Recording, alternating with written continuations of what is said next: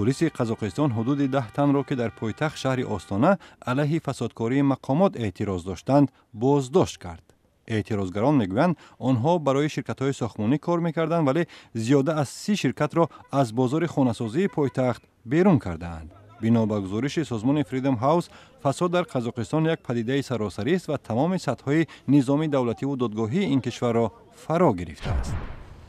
وزارت دفاع گرجستان یک تمرینگاه نوی تانک‌ها را در نزدیکی پایگاه نظامی در کنار پایتخت شهر تفلیس باز کرد. این تمرینگاه بخش از مرکز نوی تمرینی پیمان نظامی ناتو می باشد که قرار است همین ماه افتتاح یابد. در این مرکز افسران ناتو نیروهای کشورهای شریکش از جمله نیروهای گرجستان را مشق خواهند داد. تلاش‌های گرجستان برای پیوستن به ناتو از زمان نزاع سال 2008 با روسیه منجمد شده. تفلیس از آن زمان به این سو در امر بازسازی نیروهای مسلحش نیز پیشرفت محدود دارد. شورای سالمندان قبیله سیپاه از منطقه قبیله‌نشین خیبر پاکستان پرداخت جریمه برای شرکت یک عضو این قبیله در حمله‌های تروریستی را رد کرده است. مقامات این قبیله را به دلیل تلفات نیروهای نظامی پاکستان در جریان عملیات ضد گروه جنگی لشکر طیبه حدود $120,000 جریمه بستند.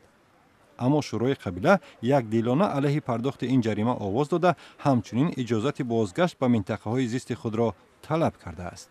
اهل قبیله سیپاه 6 سال پیش در پی شروع درگیری‌ها مکان‌های زیست خود را ترک کردند.